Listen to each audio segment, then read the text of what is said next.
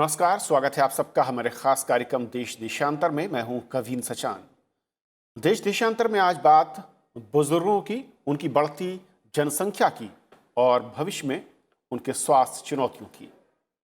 केंद्रीय स्वास्थ्य मंत्रालय के एक अध्ययन में देश के बुजुर्गों की स्वास्थ्य को लेकर एक सर्वे किया गया है। 2011 की जनगणना में देश की कुल आबादी के 8.6% 60 साल से ज्यादा उम्र के बुजुर्ग थे। इनकी कुल आबादी 10 करोड़ 30 लाख थी। इस अध्ययन में 60 साल से ज्यादा उम्र के करीब 7.5 करोड़ बुजुर्ग किसी न किसी बीमारी से पीड़ित हैं। सर्वे बताता है कि किस तरीके से जो बुजुर्गों की तस्वीर है स्वास्थ्य को लेकर वो बेहद खतरनाक और गंभीर दिखती है। इस सर्वे के मुताबिक करीब 27% बुजुर्ग आबादी एक से ज्यादा बीमारियों से पीड़ित हैं। 40% बुजुर्ग किसी न किसी रूप से अपंग हैं, जबकि 20% बुजुर्गों को मानसिक स्वास्थ्य संबंधी समस्याएं झेलनी पड़ रही हैं। स्वास्थ्य मंत्रालय का ये सर्वे बेहद महत्वपूर्ण है और दुनिया में अपने आप में ये एक अनोखा सर्वे है। और इसका महत्व इसलिए है क्योंकि अब इस सर्वे के जरिए बुजुर्गों के आने वाले समय में तकलीफ, उनकी स्वास्थ्य चिंताओं के साथ सरकार, जहां पर केंद्र और राज्य दोनों शामिल होंगी, वो योजनाओं को तय कर सकती हैं, बना सकती हैं बुजुर्गों के भविष्य की चुनौतियों के लिहाज से। तो आज समझेंगे अपने इस सर्वे के बारे में कि असल में जिसे कहा गया है longitudinal ageing study in India यानी कि लासी सर्वे, ये असल में कहता क्या है, क्या महत्वपूर्ण फाइंडिंग्स इसकी हैं और उसके सहारे जो इस वक्त तस्वीर है देश में, उस तस्वीर को हम कैसे सुखद बना सकते हैं और जो चुनौतियां हैं वो क्या हैं और उसको लेकर किस तरीके के नीतियों की जरूरत है। हमारे साथ 3 खास मेहमान विशाल चौहान जी हैं, ज्वाइंट सेक्रेटरी हैं ministry of health and family welfare government of India से। विशाल जी, स्वागत है आपका। हमारे साथ डॉक्टर अपराजिता चट्टोपाध्याय हैं, प्रोफेसर हैं, international institute for population sciences, आपका स्वागत है मैम। और अदिति टंडन हमारे साथ हैं, स्पेशल कॉरेस्पॉन्डेंट द ट्रिब्यून से, आपका स्वागत है अदिति। शुरुआत में करना चाहूंगा डॉक्टर अपराजिता, अगर इस सर्वे को हम समझें कि बेसिकली किस तरीके से है, एज ग्रुप क्या है इस सर्वे में, 60 साल की हम जब बात कर रहे हैं, बुजुर्गों की बात कर रहे हैं, उसका बेंचमार्क क्या है और क्या मोटे तौर पर फाइंडिंग्स हमारे सामने हैं सर्वे के जरिए। धन्यवाद। मैं सबसे पहले शुक्रिया अदा करना चाहती हूँ गवर्नमेंट ऑफ इंडिया जो हम लोग को फंडिंग दिया है इतना महत्वपूर्ण एक सर्वे करने के लिए। एंड मेरा जो अल्मा मैटर है international institute for population sciences, the की पीपल ऑफ ए लासी जो सर्वे हुआ है, ये पृथ्वी का सबसे बड़ा सर्वे है 45 और उसके ऊर्ध्व पॉपुलेशन के लिए। बहुत ही महत्वपूर्ण है पॉलिसी एंड प्रोग्राम इम्प्लीमेंटेशन के लिए, कि हम लोग को देश में एस्टिमेट मेनली जो हेल्थ के बारे में है, इस पॉपुलेशन का ज़्यादा एस्टिमेट हम लोग के पास नहीं था। लासी प्रत्येक स्टेट और यूनियन टेरिटरी को सर्वे किया है एक्सेप्ट सिक्किम, एंड हम लोग हर स्टेट में एंड यूनियन टेरिटरी में एस्टिमेट दे सकते हो गवर्नमेंट को स्पेसिफिक स्टेट स्पेसिफिक पॉलिसी करने के लिए। मैं महत्वपूर्ण फाइंडिंग जो है पूछेंगे तो मैं थोड़ा डिवाइड कर सकती हूँ हेल्थ और नॉन हेल्थ।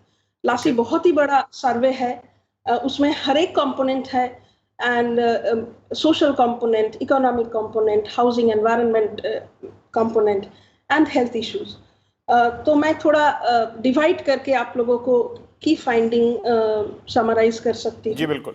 पहला बात है, आप देखेंगे एवरेज हाउस होल्ड इनकम, हम लोग वही घर में सर्वे किया है जहाँ पे एटलीस्ट एक 45 प्लस पॉपुलेशन है। उसका एवरेज इनकम हम लोग का देश में कंजम्पशन एक्सपेंडिचर जिसको कहते हैं 2500 रुपया प्रति मंथ हर महीने में, जो बहुत ही कम है। और आप सोशल सिक्योरिटी देखेंगे और हेल्थ इंश्योरेंस कवरेज देखेंगे, वो भी बहुत ही कम है। हम लोग का सर्वे जब शुरू हुआ, Ayushman Bharat and other programmes just launch हुआ, तो उसका रिफ्लेक्शन हम लोग के सर्वे में आए नहीं। मैं उम्मीद करती हूँ जो इंश्योरेंस कवरेज है वो अभी बढ़ चुके हैं। तो हेल्थ इंश्योरेंस कवरेज आप देखेंगे तो जैसे 6% लोगों का पेंशन है, 1/4 पॉपुलेशन उसका हैविंग सम सोशल कवरेज है। तो ये बहुत ही मुश्किल है उन लोगों को इस उम्र में इतना कम आर्थिक जहाँ पे रोजगार होता है और सोशल इंश्योरेंस है उसको गुजरना। दूसरी बात है जो हाउस होल्ड में हम लोग सर्वे की हूँ, electricity and improve water facility बहुत ही improve, more than 90% households ये एमिनिटीज है, लेकिन जिसमें और ध्यान देना चाहिए वो है कुकिंग फ्यूल एक्सेस और ओपन डेफिकेशन। हम लोग का क्वेश्चन बहुत ही स्ट्रेट फॉरवर्ड है और इसमें कोई एम्बिग्युइटी नहीं है। जो हम लोग परसेंटेज देख रहे हैं प्रिवेलेंस ऑफ ओपन डेफिकेशन और use of cooking fuel in those households, that is quite high, so we need to address that. तीसरा बात है ज़्यादातर लोग 60+, मैं अभी स्पेसिफिकली 60+ में आ रही हूँ, उनमें से देखेंगे तो ज़्यादातर एग्रीकल्चरल इनकम है, लेकिन एग्रीकल्चर में भी एग्रीकल्चरल लेबरर्स ज़्यादा है। जो बिजनेस क्लास है, बिजनेस में भी बहुत ही कम 60+ पॉपुलेशन है जिसका बिजनेस 20+ लोगों को लेके है, तो ज़्यादातर स्मॉल बिजनेस है। और तीसरी बात है हम लोग का जो सोशल कवरेज है इंडिया में बहुत सारा है, लेकिन हम लोग अवेयरनेस भी पूछा है और एक्सेस यूटिलाइजेशन भी पूछे हैं। Awareness is less than 50%। Okay. और जो लोग एलिजिबल है कोई प्रोग्राम के लिए एक्सेस किए हैं 30%, 20% बहुत जो प्रोग्राम उन लोग के लिए है स्पेसिफिकली हम लोग पूछी हूँ। सो 10 से मैक्सिमम 30% लोग जो एलिजिबल है वो प्रोग्राम यूज करने के लिए बहुत ही कम है। ओके, जो आपने बताया और जो इस सर्वे की बेसिक फाइंडिंग्स हम देख पा रहे हैं, क्योंकि पार्ट 1 है जहाँ तक मैं अगर गलत नहीं हूँ, ऐसे में अब सवाल यहाँ पे ये खड़ा होता है कि विशाल जी, कि जिस तरीके से अगर हम सिर्फ और सिर्फ एल्डरली पीपल की बात करें, बुजुर्ग जनसंख्या की बात करें, 2011 जब सेंसस हम देखते हैं उस वक्त जो हमारे पास आंकड़े थे करीब 10 करोड़ 30 लाख के आसपास, 3% की ग्रोथ हर साल जो है वो ऐड ऑन होते हैं बुजुर्गों की अगर संख्या को देखें जो फॉर्मूला है। अब ऐसे में अगर 27% बुजुर्ग, ये सर्वे कहता है कि कई बीमारियों से पीड़ित हैं, 4.5 करोड़ बुजुर्गों को हाइपरटेंशन या फिर इसके अलावा हार्ट की बीमारियां ये सब कुछ नज़र आती हैं, 40% बुजुर्ग किसी न किसी तरीके के विकलांगता के शिकार नज़र आ रहे हैं, 20% मानसिक बीमारी के शिकार हैं। इसके अलावा अगर हम कहें कि शुगर और इस तरह की दूसरी बीमारियों से ग्रसित जो लोग हैं करीब 4.5 करोड़। शायद पहली बार ये विशाल हो रहा होगा कि अपने आप में बुजुर्गों को लेकर इस तरीके का एक स्वास्थ्य उनका कैसा है, किस तरीके की चुनौतियां हैं, और जब बुजुर्ग जनसंख्या बढ़ेगी, देश में बढ़ती हुई नजर आ रही है, किस तरीके से स्वास्थ्य एक बड़ी चिंता के तौर पर हमारे सामने आपको नजर आता है इनकी।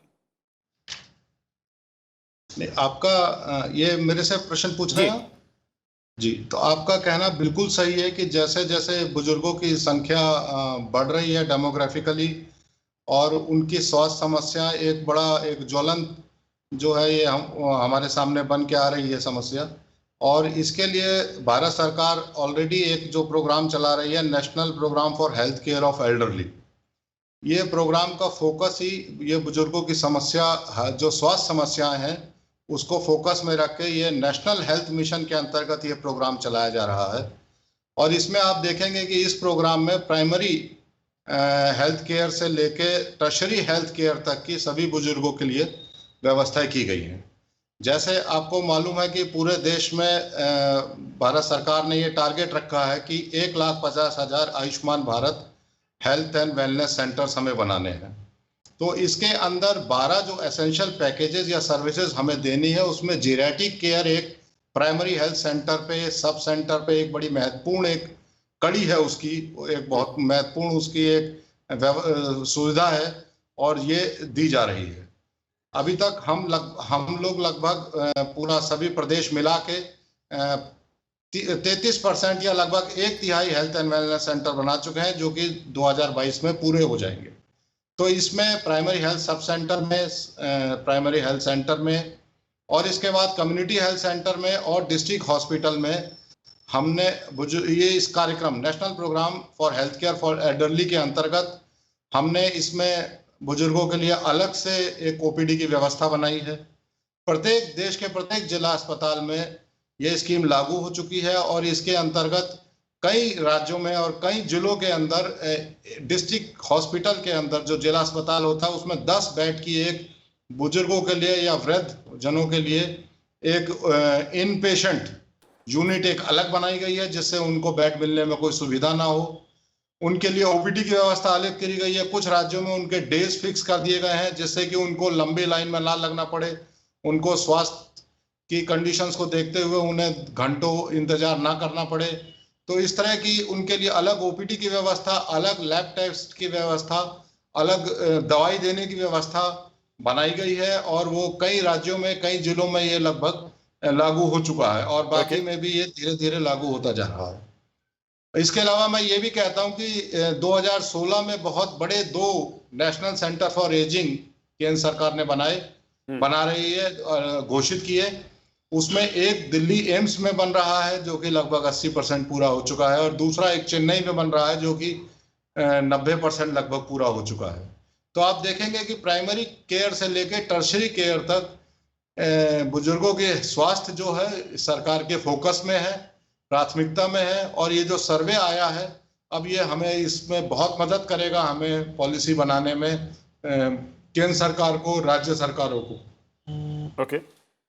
अब प्राजक्ता जी, क्योंकि जब आपने सर्वे किया और जिस तरीके से स्कीम खासतौर पर जैसे कि विशाल जी ने कहा सेंट्रल गवर्नमेंट की ओर से जो स्कीम्स लागू की गई हैं बुजुर्गों के लिए, इसका प्रभाव, इसका असर किस हद तक नज़र आया उनकी परेशानियों को, उनकी दुश्वारियों को, उनके चैलेंजेस को कम करने में या उनको कुछ सहूलियत मदद देने में, या फिर कई राज्यों में जो जानकारी मिलती है, खबरें आती हैं कि उस तरीके से अभी भी वो स्ट्रक्चर खड़ा नहीं है जिसकी शायद ज़रूरत इस सर्वे के मुताबिक जो हम समझ पा रहे हैं? देखिए, ये जो Ayushman Bharat and health wellness centre concept जो आया है बहुत ही महत्वपूर्ण स्टेप्स है गवर्नमेंट की तरफ से। हम लोग जब सर्वे फील्ड वर्क की हूँ उसका मैंने बोला सितंबर में शायद आयुष्मान भारत का स्कीम लॉन्च हुआ है। हम लोग का सर्वे दिसंबर के अंदर खत्म हो गया, तो मैं बोल नहीं सकती हूँ स्पेसिफिकली आयुष्मान भारत का क्या इसके ऊपर असर है, बट उम्मीद रखती हूँ बहुत लोगों का उपकार होगा। क्यों, जो प्रिवलेंस हम लोग देख रही हूँ, स्पेशली आप देखिए ओरल प्रॉब्लम्स, आई प्रॉब्लम्स, हाइपरटेंशन, मेनली जो डायग्नोज हुआ लेकिन ट्रीटमेंट नहीं होता है, और जिनको डायग्नोज ही नहीं हो पाया, ऐसे लोग बहुत सारा है। तो ये प्राइमरी लेवल में मदद करेगा और कुछ कार्ड के हेल्प से उनको ट्रैकिंग कर सकते हैं। क्यों, सब बुजुर्गों हेल्थ सेंटर में नहीं आ सकते हैं, तो उन लोगों के लिए भी सोचना चाहिए कैसे उनके घर में ट्रीटमेंट पहुंचाना चाहिए। At least basic medicine at the primary level is very much needed. और आप लोग डिप्रेशन और मेंटल हेल्थ का बात कर रहे हैं। हम लोग का जो स्केल बेसिस में डिप्रेशन, मेजर डिप्रेशन है, वो 8% है एंड स्टेट वाइज बहुत वेरिएशन है उसका। हम लोग का देश इतना बड़ा है, आप स्टेट लेवल फैक्ट शीट देखेंगे तो मुश्किल है सबके लिए समान पॉलिसी इम्प्लीमेंट करना। अगर आप थोड़ा सा इसमें और डिटेल दे पाएं, क्या एजुकेशन जिन स्टेट में अच्छी है वहाँ पर ये कम नज़र आ रहा है बुजुर्गों में बीमारियों का स्तर, या फिर जहाँ पर पावर्टी इशू है वहाँ पर ये कुछ कम नज़र आ रहा है, या हिमालयी राज्यों या जो पहाड़ी राज्य हैं वहाँ पर कम या ज़्यादा है, और जो प्लेन राज्य जहाँ पर डेंसिटी बहुत ज़्यादा है, पॉपुलेशन डेंसिटी, वहाँ पर ये कम या ज़्यादा, कुछ इस तरीके के पैरामीटर भी क्या सामने आए हैं? देखिए, इसके ऊपर मैं एकदम क्लियरली बता नहीं सकती हूँ, उसके लिए हम लोग को डिटेल एनालिसिस करना पड़ेगा। लेकिन आप देखेंगे सदर्न स्टेट्स जैसा है, मॉर्बिडिटी रिपोर्टिंग यूजुअली उन लोगों का हाई है। हम लोग का जो स्ट्रॉन्ग पॉइंट है लासी का, उसमें सेल्फ रिपोर्टेड मॉर्बिडिटी भी है और उसमें मेजर्ड मॉर्बिडिटी भी है। ओके। तो हम लोग क्रॉस चेक करके बोल सकती हूँ कि असली खास निकल के आ रहा है उससे। आदिति, क्योंकि आप लंबे समय से स्वास्थ्य सेवाओं को कवर कर रही हैं, सरकार की स्कीम्स और जो नई नई मैं कहूँ कि इनिशिएटिव्स होते हैं, ये जो सर्वे इस वक्त इशारा कर रहा है और जिस तरीके की एक मैं कहूँ कि बहुत ही कड़वी सच्चाई हकीकत हमारे सामने परोस रहा है, रख रहा है बुजुर्गों को लेकर, किस तरीके से आपको लगता है कि ये जो अवेयरनेस एक इशू रहा है वो है पहली बार हम एक्सेप्ट करते हुए नजर आ रहे हैं सर्वे के जरिए, ये सब कुछ है हमारे सामने है? और दूसरा, जैसे कि विशाल जी ने कहा कि स्कीम्स के लेवल पर सेंटर और स्टेट किस तरीके से तैयार हैं और इसके भविष्य में जब ये आकार और बड़ा होगा, जैसी जनसंख्या बढ़ती रहेगी, उससे निपटने में कितने मददगार या तैयार दिखते हैं? देखिए, जो जनसंख्या की बात है कविंदर, हम अगर ये लासी सर्वे को गहन इसकी अध्ययन करें तो इसमें बहुत से पैरामीटर्स हैं, जैसे कि अपराजिता ने कहा। लेकिन जो सबसे इम्पोर्टेंट चीज इस सर्वे से उभर के आ रही है वो ये आ रही है कि हमारे देश में 103 मिलियन पॉपुलेशन थी 60 साल से ज्यादा उम्र के लोगों की लास्ट सेंसस में 2011 में। और अब जो प्रोजेक्टेड पॉपुलेशन 2050 तक की है वो है करीब 319 मिलियन। और अगर इसमें आप pre retirement, working age, older adults को जोड़ देंगे जो 45 प्लस एज ग्रुप के हैं, तो ये सारी जो जनसंख्या है 2050 तक प्रोजेक्शन है कि 655 मिलियन की ये पूरी जनसंख्या होने वाली है। और लासी सर्वे की एक बहुत इंपॉर्टेंट सिग्निफिकेंस ये है कि वो 45 इयर्स प्लस के लोगों से भी बात करके आए हैं और उन्होंने ये जाना है कि उनके चैलेंजेस क्या हैं। और हम ये देख सकते हैं कि 1 in every 5, हर 5 व्यक्तियों में से एक व्यक्ति जो 45 प्लस इयर्स एज ग्रुप का है उसे कोई ना कोई मॉर्बिडिटी है, मतलब एक अंडरलाइंग हेल्थ कंडीशन जरूर है। और उससे ज्यादा हेल्थ कंडीशंस जैसे जैसे आपकी एज बढ़ेगी वैसे वैसे आप बढ़ते जाएंगे। और एक बहुत इंपॉर्टेंट प्रोजेक्शन जो इस सर्वे की है कविंद्र, वो ये है कि 75 साल से ज्यादा के जो बुजुर्ग हैं उनकी जनसंख्या में 2011 से लेके 2000 आगे 50 तक कम से कम 340% एक बहुत बड़ा फिगर है, उसकी वृद्धि होने वाली है। अब हम अगर सरकारी स्कीम्स की चर्चा करें तो सरकारी स्कीम्स जो अभी शुरू हुई हैं, आयुष्मान भारत, जैसा कि हम जानते हैं कि 2 ही साल पुराना स्कीम है और हेल्थ इंश्योरेंस को बहुत आगे तक ले जाने की उनकी मंशा है। लेकिन ये कोई बुजुर्गों के लिए टारगेटेड स्कीम नहीं है। हमें पता है कि सोशो इकोनॉमिक कास्ट सेंसस में जो बेनिफिशरीज लिस्टेड हैं, करीब 10 करोड़ की जो फैमिलीज हैं पुअर और वल्नरेबल, उनको कवर कर रहा है आयुष्मान भारत स्कीम। लासी सर्वे का सबसे बड़ा जो टेक अवे है वो ये है कविंद्र कि इंडिया में एक एपिडेमियोलॉजिकल ट्रांजिशन चल रहा है, जो शिफ्ट हो रहा है डिजीजेस का। चाइल्ड डिजीजेस की बजाय अब ओल्डर पर्सन्स की डिजीजेस बढ़ रही हैं। क्यों हो रहा है ये? क्योंकि हमारी मोर्टेलिटी भी कम हो रही है और हमारी फर्टिलिटी भी कम हो रही है, जिसकी वजह से लाइफ एक्सपेक्टेंसी बढ़ती जा रही है और जनसंख्या बढ़ रही है। एक तरफ डेमोग्राफिक ट्रांजिशन हो रहा है, दूसरी तरफ जो नेचर है बीमारियों का वो भी बदल रहा है। और डीजेनरेटिव डिजीजेस, जैसा अपराजिता जी ने कहा कि डिप्रेशन बढ़ रहा है, अल्जाइमर्स डिजीज बढ़ रहा है, जितनी भी ओल्ड एज से रिलेटेड ये अजीब तरह की डीजेनरेटिव डिजीजेस हैं, चैलेंजिंग डिजीजेस हैं, उनका बर्डन बढ़ रहा है। मुझे नहीं लगता कि इस पर्टिकुलर सेक्टर में जेरियाट्रिक केयर में अभी कुछ शुरुआत हुई है, लेकिन एक बहुत बड़ी जनसंख्या के लिए हमको बहुत जल्दी तैयारी करनी पड़ेगी। मैं ये भी याद दिला दूं कि 2019 का जो इकोनॉमिक सर्वे था उसमें एक पूरा चैप्टर था डेमोग्राफिक ट्रांजिशन में, और उस वक्त इकोनॉमिक प्लानर्स ने ये चेतावनी दे दी थी हमारे देश के पॉलिसी प्लानर्स को कि आप ये मास एजिंग पॉपुलेशन के लिए भी तैयारी कीजिए, क्योंकि हमारा सिर्फ बढ़ती हुई जनसंख्या ही प्रॉब्लम नहीं है, ये जो एल्डरली केयर है ये बहुत बड़ी एक प्रॉब्लम और पॉलिसी प्लानर्स के लिए चैलेंज आने वाला है आने वाले दिनों में। तो ये जो कुछ टेक अवेज हैं लासी सर्वे के, सबसे इंपॉर्टेंट ये है कि हमारी कॉम्प्लेक्स चैलेंजेस हेल्थ सेक्टर में, इकोनॉमिक सेक्टर में और सोशल सेक्टर में, इनका एक बहुत महत्वपूर्ण फाइंडिंग ये है कि 32% जो एल्डरली हैं हमारे देश में, उन्होंने लोन उठा रखा है कविंद्र। तो आप जानते हैं कि इकोनॉमिक वल्नरेबिलिटी की क्या लेवल है हमारे देश में, इसी पॉइंट और ये भी बता रहे हैं कि 6% एल्डरली अकेले रह रहे हैं। बिल्कुल, दो जो बहुत ही मैं कहूँ कि बड़े कंसर्न हैं विशाल जी, जिस तरीके से आर्थिक स्थिति बुजुर्गों की, और जैसे कि अदिति ने इशारा किया, इसी सर्वे में कहा जा रहा है कि उन्होंने कहीं ना कहीं से ऋण लिया हुआ है। दूसरा है हेल्थ इंश्योरेंस या फिर दूसरी तरीके के इस तरह के कवरेज की, जिसका रेशियो बहुत कम है, और पेंशन जो है वो सिर्फ 6% लोगों के पास है। क्या आपको लगता है कि पॉलिसी लेवल पर हमें अब इन टूल्स को ज़्यादा इसका दायरा बढ़ाने की ज़रूरत होगी केंद्र और राज्यों को मिलकर? क्योंकि जिस तरीके से अदिति ने इशारा किया और जो ये सर्वे करा कि जनसंख्या जिस तेज़ी के साथ बुजुर्गों की बढ़ रही है और उनको कवर करना तमाम स्कीम्स में वो बहुत ज़रूरी हो जाता है। देखिए, मैं एक दो बातें आपको स्पष्ट कर देता हूं।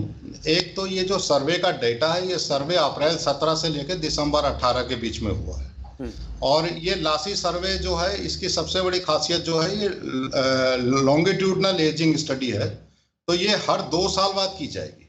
तो ये जो रिपोर्ट जारी हुई है ये वेव 1 की रिपोर्ट जारी हुई है। अब समय आ गया है कि अब वेव 2 के लिए सर्वे किया जाए, फिर उसके बाद आगे सर्वे किया जाए, तो तब हमारी स्कीमों का असर कितना हो रहा है वो वेव 2 में आएगा कि स्थिति में सुधार हुआ है या नीचे गया है। वेव 3 में उसके बाद पता लगेगा क्या स्थिति बन रही है। तो एक तो मैं ये स्पष्ट कर देना चाहता हूँ। दूसरा, जैसा कि ये सर्वे का जो समय था ये 17 और 18 के बीच का समय था, लगभग उसी समय आयुष्मान भारत स्कीम लॉन्च हुई थी, दोनों स्कीम उसी समय पिकअप हो रही थी। तो ये सर्वे आयुष्मान भारत स्कीम को कैप्चर नहीं कर पाया है जहां तक मुझे लगता है। और ये बात भी समझ लेनी आवश्यक है कि आयुष्मान भारत स्कीम जो है हमारी केंद्र सरकार, ये 2 पिलर पे खड़ी है।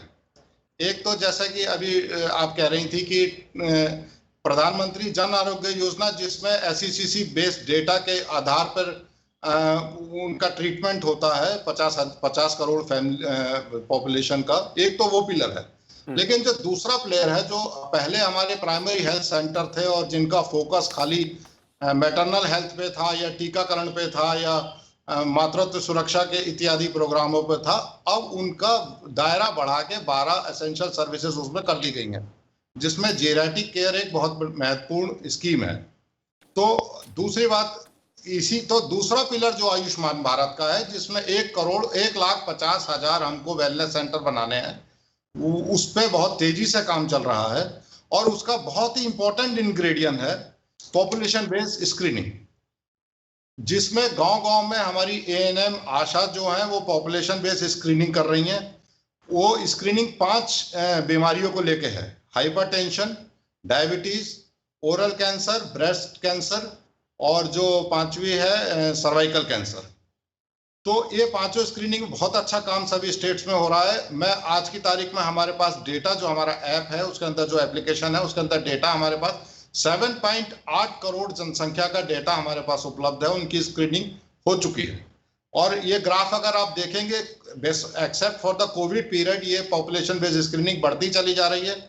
तो जब डायबिटीज और हाइपरटेंशन 2 बड़ी महत्वपूर्ण बीमारियां जो बुजुर्गों की इसमें भी हाईलाइट हुई है, अगर हम इसको शुरुआती समय में पकड़ लेंगे और उनको प्राइमरी हेल्थ सेंटर पे ही अगर इन बीमारियों की उनको दवा मिल जाएगी, तो वो बीमारियां घातक रूप नहीं लेंगी, वो कार्डियोवास्कुलर डिसीज में तब्दीली नहीं होगी उसकी, और वो हम उनका ब्लड प्रेशर या हाइपरटेंशन या डायबिटीज को अगर हम गांव के लेवल पे ही मैनेज कर पाएंगे, जो कि आयुष्मान भारत के स्कीम का उद्देश्य है, तो काफी हद तक हम समस्या का हल निकाल लेंगे। ओके, विशाल, ये जो आपने कहा बहुत अच्छी बात है कि जिस तरीके से हम आगे बढ़ रहे हैं, लेकिन अपराजिता, जो कंसर्न है, जो चिंता है, क्या वो ये ज़्यादा बड़ी दिखती है कि अगर हम एल्डरली पीपल की फाइनेंशियल पोजीशन को देखें, या फिर उन्हें हम कवरेज की बात करें, चाहे वो हेल्थ की बात हो या सोशल सेक्टर्स की स्कीम्स की बात हो? क्योंकि आपके आंकड़े ये भी कह रहे हैं कि करीब 90% बुजुर्ग घरों में रह रहे हैं, वहीं पर इलाज हो रहा है, और करीब 10% है जिनको अस्पताल जाने की ज़रूरत पड़ रही है। लेकिन उन 90% में घरों के साथ जो परिवारजन हैं, उनका सहयोग, उनके साथ कोप अप करना या उनकी ओर से सपोर्ट, ये बहुत ज़्यादा क्रूशियल हो जाता है। हाँ जी, बहुत ही महत्वपूर्ण सवाल आप पूछे हैं। मैं हेल्थ के रिस्पेक्ट में एक दो बात और ऐड करना चाहती हूँ, फिर आपका सवाल में आती हूँ। हम लोग का हेल्थ में 3 चीज़ों का ध्यान देना चाहिए। हम लोग के पास इन्फेक्शियस डिजीज भी ज़्यादा है। 10 से 20% एल्डरली जो रिपोर्ट हम लोग को दिया है, कुछ ना कुछ इन्फेक्शियस डिजीज में सफ़र किया है। नंबर 2, क्रॉनिक डिजीज आप लोग चर्चा किए हैं। कुछ डिजीज बहुत ही ज़्यादा है। और तीसरी है न्यूट्रिशन की चीज़। जैसे अंडर न्यूट्रिशन भी ज़्यादा है, ओवर न्यूट्रिशन भी ज़्यादा है, अबाउट 25%। ओके। और आप फिजिकल एक्टिविटी देखेंगे, as per the WHO standard हम लोग जो मेजर की हूँ, 50% elderly are not doing enough physical activity. तो मेरा ख्याल से हम लोगों को बहुत अवेयर करना चाहिए। नंबर 1 अबाउट पॉलिसी हम लोगों को अवेयर करना चाहिए। और तीसरी बात जो है, आप एक्टिव एजिंग की बात कर रहे हैं। हम लोग का एक हम लोग सोचते हो सिर्फ गरीब लोग 60+ के ऊपर काम करते हैं, लेकिन आप डेटा देखेंगे तो आपको नजर में आएगा सभी लोग काम करते हैं। About if you look at the economic profile, जो लोग काम कर रहा है 60+ के ऊपर, मिडिल क्लास भी काम कर रहा है, एक गरीब भी काम कर रहा है। About 1/3 of our population are actively working beyond 60+। बात अभी सवाल है, ये खुशी से काम कर रहा है और इनका सिक्योरिटी नहीं है, इसलिए काम कर रहा है, जिसके लिए हम लोग को फर्दर एनालिसिस करना चाहिए। मैं इसी पॉइंट पर आना चाह रहा था कि ये क्या मजबूरी है काम करने की, या फिर कहीं उनकी इच्छा है? अदिति, वक्त बहुत कम है, बहुत संक्षेप में क्या आपको लगता है कि एक बड़े प्लान के साथ कुछ और कवरेज, या इस तरीके से एक सोशल जो कवरेज की बात हो रही है एल्डर पीपल की, उसकी तरफ भी हमें बढ़ना होगा आयुष्मान भारत की तरह ही एक और स्कीम के साथ? ये बहुत ज़रूरी हो जाता है कविंद्र, की ना सिर्फ सोशल सिक्योरिटी नेट बढ़ाया जाए, पर ये जो सर्वे की फाइंडिंग्स है स्वास्थ्य के हिसाब से बहुत महत्वपूर्ण है। और एक बहुत इंपॉर्टेंट इंडिकेटर ये है इस सर्वे का कि जो मंथली पर कैपिटा इनकम अपराजिता जी ने पहले बताई थी 2000 के करीब मिली है पर कैपिटा इनकम इन परिवारों में, उसमें से 13% कैटेस्ट्रॉफिक हेल्थ स्पेंडिंग में जा रहा है। तो आयुष्मान भारत का क्या असर हुआ है वो बहुत इंपॉर्टेंट होगा, वो सेकेंड वेव में हमें पता चलेगा, जैसा कि मनोज जी ने कहा, वो बहुत महत्वपूर्ण आंकड़ा होगा। जी, बहुत बहुत शुक्रिया विशाल जी आपका, अदिति आपका, अपराजिता जी, आप तीनों मेहमानों का हमारे साथ इस चर्चा में जुड़ने के लिए। तो देश देशांतर के आज के इस कार्यक्रम में फिलहाल इतना ही। नमस्कार।